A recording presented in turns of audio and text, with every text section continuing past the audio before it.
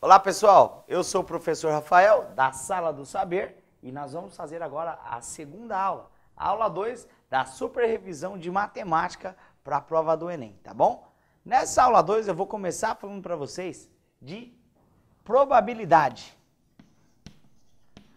Probabilidade. Olha só, é um tema muito recorrente aí na prova do Enem, tá? Todo ano tem aí 2, 3, 4, 5... até 6 questões de probabilidade. Primeiro eu vou falar o básico, que você tem que saber. Vai ser uma divisão, gente. Sempre uma divisão. Divisão do quê? Número de possibilidades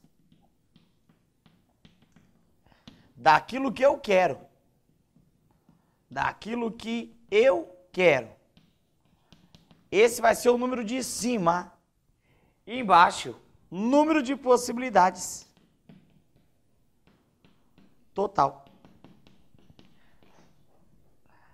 Pode parecer bobeira, mas isso aqui vai te ajudar a resolver muitos exercícios de probabilidade, tá? A maioria dos exercícios, na verdade, vai ser resolvido só com isso.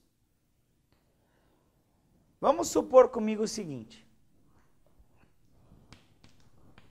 Olha um exemplo. Vamos supor que você tem um gráfico. Então, nesse gráfico eu tenho aqui, por exemplo, 0, 1, 2 e aqui 3. Vou colocar aqui 5, 10 e 15, tá? Aí aqui, o 0 foi até o 10, o 1 foi até o 15, o 2 foi aqui no 10 e o 3 parou aqui no 5, tá? Um gráfico, que também é muito importante para quem vai fazer o Enem. Olha só. Vou colocar aqui esses números aqui de baixo. Quantidade de irmãos. Foi feita uma pesquisa e perguntado quantos irmãos você tem. 10 pessoas responderam 0 irmãos. 15 pessoas responderam 1 irmão. 10 pessoas responderam 2 irmãos. E 5 pessoas responderam 3 irmãos. A pergunta é o seguinte. Qual que é a probabilidade de eu escolher uma pessoa dessa pesquisa e essa pessoa ser filho único? Uma boa pergunta, tá? Vamos pensar assim, primeiro, total de pessoas que foram entrevistadas. É a primeira coisa que eu tenho que saber. Isso é o número de baixo da nossa fraçãozinha. Bom, aqui eu tenho 10 pessoas, aqui eu tenho 15, já deu 25. Mais 10, 35. Mais 5, 40. Então, o número de baixo vai ser 40. 40 pessoas entrevistadas. Agora, para ser filho único, 0 irmãos. Vai voltar na tabela. 0 irmãos. Quantas pessoas? 10. 10 pessoas em 40.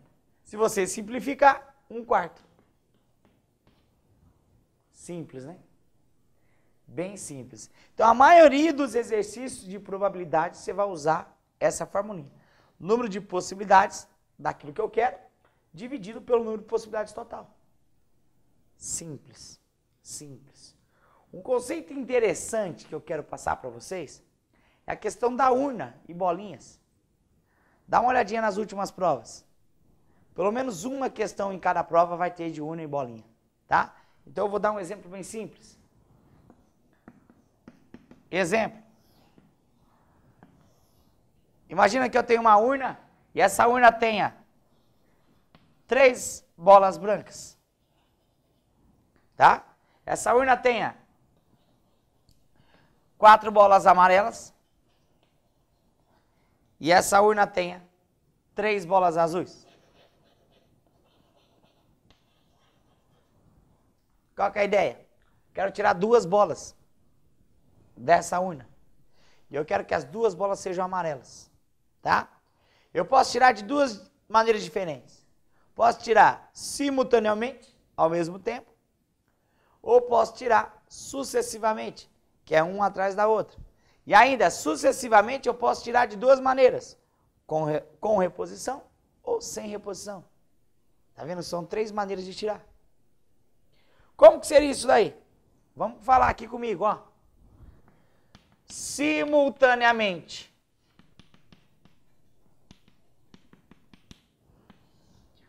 Quando eu falar simultaneamente, ao mesmo tempo, eu quero tirar duas bolas amarelas, então eu vou pensar assim. Bom, quantas bolas amarelas eu tenho? 4. Eu quero 2. Então o que eu quero, combinação de 4 bolas amarelas e eu vou pegar 2. Agora eu vou pensar no total de possibilidades. No total tem quantas bolas? Tem 10. Combinação de 10 bolas e eu vou pegar 2. É essa a continha que eu tenho que fazer. Se você jogar na fórmula da combinação, dá uma olhadinha na aula 1 que tem essa fórmula. 4 fatorial, 2 fatorial, 2 fatorial. Que vai dar quanto? 4 vezes 3 vezes 2. Aqui 2 fatorial e 2 vezes 1. Você vai simplificar, pá, pá. Vai simplificar, pá, pá. 2 vezes 3, 6. Esse é o número de cima. 6 possibilidades. Em quantas? 10, 2 a 2. Como é que faz a continha? 10 fatorial, 2 fatorial, 8 fatorial. Que vai dar quanto? 10 vezes 9 vezes 8 fatorial, 2 vezes 1 e 8 fatorial. Simplifica, 8 com 8. Simplifica, 10 com 2 que dá 5. 5 vezes 9, 45. 6 em 45. Professor, dá para melhorar esse número? Dá. Por 3 e por 3, quanto vai dar? 2 quinzeavos. Simultaneamente, 2 quinzeavos. Agora vamos sucessivamente. Sucessivamente. E quando eu falo sucessivamente, eu estou falando de duas maneiras. Tenho sucessivamente sem reposição. E o que seria sem reposição? Eu pego a bolinha, vejo a cor dela e tiro ela da urna. Não retorna para a urna. Sucessivamente, um depois da outra, um atrás da outra. Então eu queria uma bola amarela. Quantas bolas amarelas tem na urna? Tem 4. E quantas bolas? 10 bolas. 4 em 10. E aí quando eu vou multiplicar, tirei uma bola, é sem reposição. Joguei a bola no mato. Quantas bolas amarelas tem agora? 3. 3 em quantas? 3 em 9. E aí você vai simplificar. Olha só, por 2 aqui dá 2 e aqui vai dar 5. Por 3 aqui dá 1 e aqui vai dar 3. Se você multiplicar, 2 vezes 1, 2. 5 vezes 3, 15. E aí vem o que é interessante. 2 quinzeavos. Simultaneamente, 2 quinzeavos. Sucessivamente, sem reposição, 2 quinzeavos. O que isso significa? Que os dois sempre vai dar o mesmo valor. Os dois sempre vai dar o mesmo valor. E se vai dar o mesmo valor, você não precisa usar a fórmula da combinação. Pediu simultaneamente, você faz desse jeito. Tá? A maneira talvez que seja diferente, sucessivamente, com reposição. Como seria sucessivamente com reposição? Você vai tirar a bolinha, tem 4 em 10, só que a bola retorna para a urna. E se ela retorna para a urna, eu vou ter 4 em 10 de novo. Que se você simplificar, vai dar 2 em 5, 2 em 5, 4 em 25. É um exercício muito recorrente, tá bom? Então lembra disso. Toda vez que falar sobre probabilidade, lembra que você tem o número que eu quero em cima, total de possibilidades embaixo, tá? Isso vai resolver todos os exercícios de probabilidade, tá bom? O que mais que eu queria conversar com vocês? Eu vou mudar um pouquinho de assunto.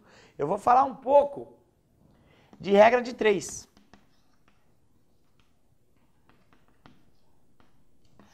Vou falar de regra de 3, tá? Mas para falar de regra de 3, eu tenho que comentar de algumas outras coisas. A primeira coisa que eu tenho que falar com vocês é isso, ó, razão. Isso aqui é muito importante. O que é razão? Razão é uma divisão. A sobre B. Tá? Lembra o seguinte, quando eu somar esse A mais B, eu tenho a soma das partes. E essa soma das partes me ajuda a resolver um monte de exercício. Um monte. Como assim, professor? Imagine que você tem pai e filho. E quando você somar a idade deles, resulta em 66 anos. Vou escrever isso, ó. Exemplo. Se eu somar a idade do pai e do filho, 66 anos. Perdão.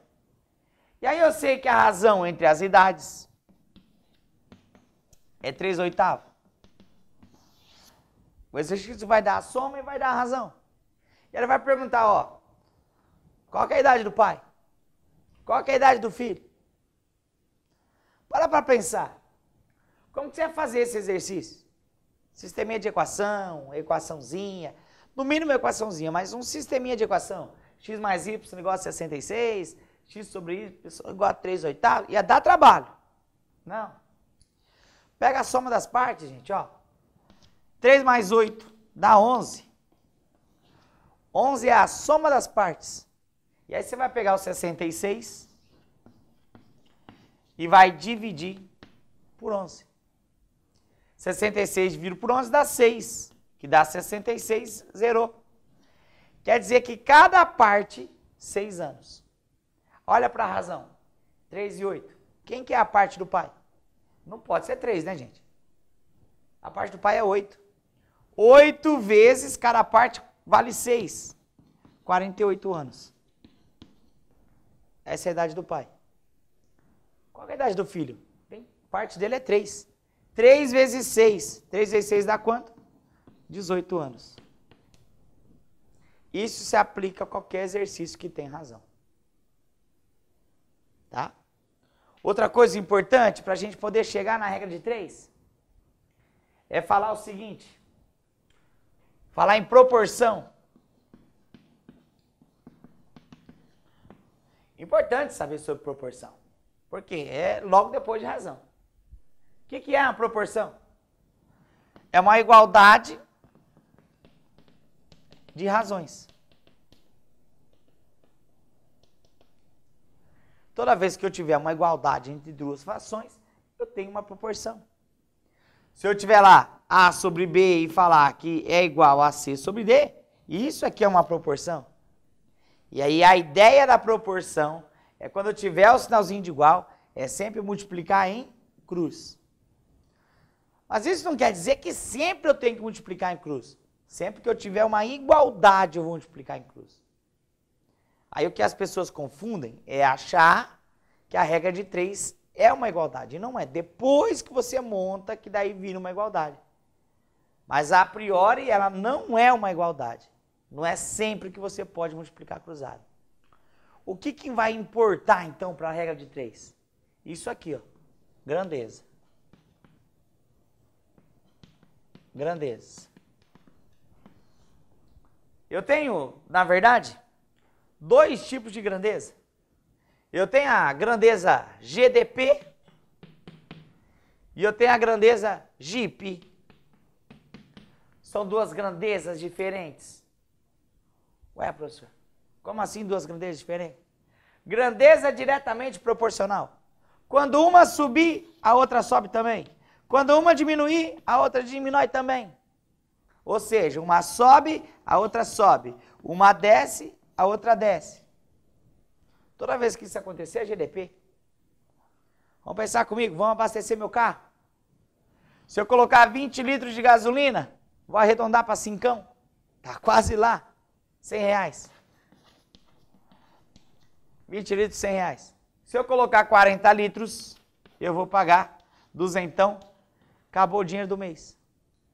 O que acontece? Quanto mais combustível eu coloco, mais dinheiro eu vou gastar. Isso é uma grandeza diretamente proporcional. Aula. Quanto mais aula eu dou, mais dinheiro eu ganho. Quanto mais operário tiver, mais muro eles vão construir. Quanto mais cortador de cana tiver, mais cana eles vão cortar e assim por diante. Grandeza diretamente proporcional. Quando for grandeza diretamente proporcional, se for uma regra de 3 simples, lembra que você tem que multiplicar cruzado. Agora, se for uma regra de 3 composta, lembra que a setinha é para cima. Ou seja, você não vai inverter a fraçãozinha. Isso aqui é muito importante na hora de fazer a continha. Professor Iagip, quando vai ser inversamente proporcional? A grandeza vai ser inversamente proporcional quando uma subir e a outra diminuir. Ou o contrário, uma diminuiu e a outra subiu. Então lembra comigo, uma subiu, a outra diminuiu. Diminuiu, a outra subiu. Grandeza inversamente proporcional. O professor cita um exemplo. Vamos supor que daqui para Londrina, tá? Daqui de Maringá para Londrina, eu esteja viajando quilômetros por hora, 100 quilômetros por hora. Quanto tempo eu vou gastar? De Maringá a Londrina, 1 hora. E se eu for a 200 quilômetros por hora? Aumentei a velocidade. Eu vou gastar meia hora. Ou seja, quanto mais velocidade eu imprimir, menos tempo eu gastei. Mais velocidade, menos tempo. Isso seria uma grandeza inversamente proporcional. Pensa em pintores e dias de trabalho. Quero pintar uma escola. Aí se eu colocasse 20 pintores ia demorar 1 mês. Se eu colocar 40 pintores, dobrei o número de pintores, eu vou gastar 15 dias. Quanto mais pintores, menos dias de trabalho. Grandeza inversamente proporcional. O que vai ser importante para a gente? Lembra o seguinte, se for regra de 3 simples, você multiplica reto. Agora, se for uma regra de 3 composta, você vai lembrar que é setinha para baixo. E isso aqui vai te ajudar a fazer exercício. Se por um acaso pintou a dúvida, eu só estou relembrando o que você precisa fazer. Por acaso pintou a dúvida de como faz as continhas, dá uma olhadinha lá, reveja as aulas de matemática básica, regra de 3 simples, regra de 3 composta. Isso aqui é só para fazer você relembrar, porque eu sei que a continha você dá conta de fazer tranquilamente, é só para relembrar isso daí, tá? Depois disso, eu quero lembrar de outra coisa. E aí vai ser o último tema que a gente vai trabalhar. Eu quero relembrar de geometria espacial.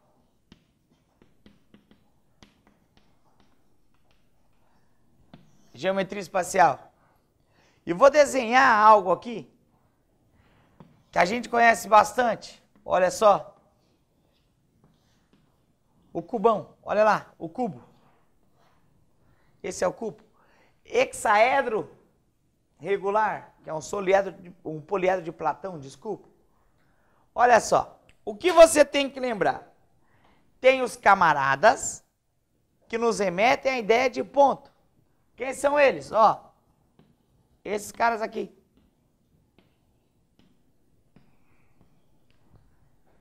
Como é o nome deles? Vértice.